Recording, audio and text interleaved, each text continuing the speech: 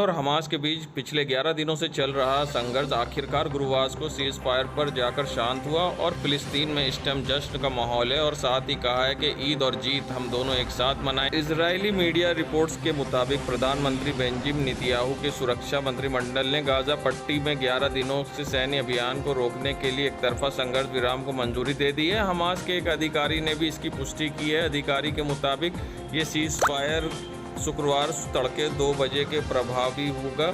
Israeli cabinet ने युद्ध विराम की पुष्टि की है, लेकिन इसे लागू करने का समय नहीं बताया माना जा रहा है। लेकिन अमेरिका के दबाव में ये फैसला लिया गया है। इससे पहले बुधवार को नेतन्याहू ने सैन्य मुख्यालय के दौरे के बाद कहा था कि वे अमेरिकी राष्ट्रपति से सहयोग की बहुत सराहना करते हैं, लेकिन इजराइल के लोगों को शांति एवं सुरक्षा वापस दिलाने के लिए देश अभियान जारी रखेगा। उन्होंने कहा कि ये अभियान का मकसद पूरा होने तक उसे जारी रखने के लिए प्रतिबद्ध है। नेतन्याहू ने इस बयान के कुछ देर पहले बिडेन ने नेतन्याहू से तनाव में महत्वपूर्ण की कमी लाने की अपील की थी।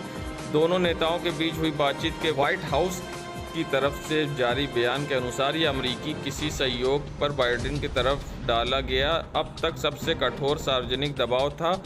इसमें कहा गया कि अमेरिकी राष्ट्रपति ने टेलीफोन पर हुई बातचीत में नेतन्याहू से संघर्ष विराम के रास्ते की तरफ बढ़ने को कहा। संयुक्त राष्ट्र सुरक्षा परिषद से इजरायली राजदूत वहीं गुरुवार को संयुक्त राष्ट्र सुरक्षा परिषद ने जब फिलिस्तीन प्रतिनिधि से बोलना शुरू किया तो संयुक्त राष्ट्र में इजरायली राजदूत गिलैड अर्दान वहां से बाहर निकल गए। इसके पहले अर्दान ने कहा था कि ये युद्ध इजराइल और फिलिस्तीन के बीच नहीं बल्कि इजराइल और आतंकी संगठन हमास के बीच है।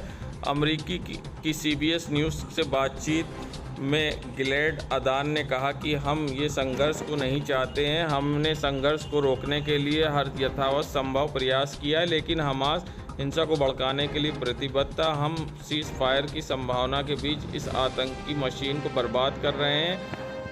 हम इस समस्या का इलाज तलाश रहे हैं, न कि केवल मरहम पट्टी। कम से कम 227 फिलिस्तीन मारे गए। इजराइल और हमास के बीच लड़ाई 11 दिनों पहले शुरू हुई जब उग्रवादी समूह ने यरूशलेम में लंबी दूरी का रॉकेट दागे। इससे पहले अल अक्सा मस्जिद में फिलिस्तीन प्रदर्शनकारियों और इजरायली पुलिस के बीच झड़प से स्थिति तनावपूर्ण बनी हुई थी।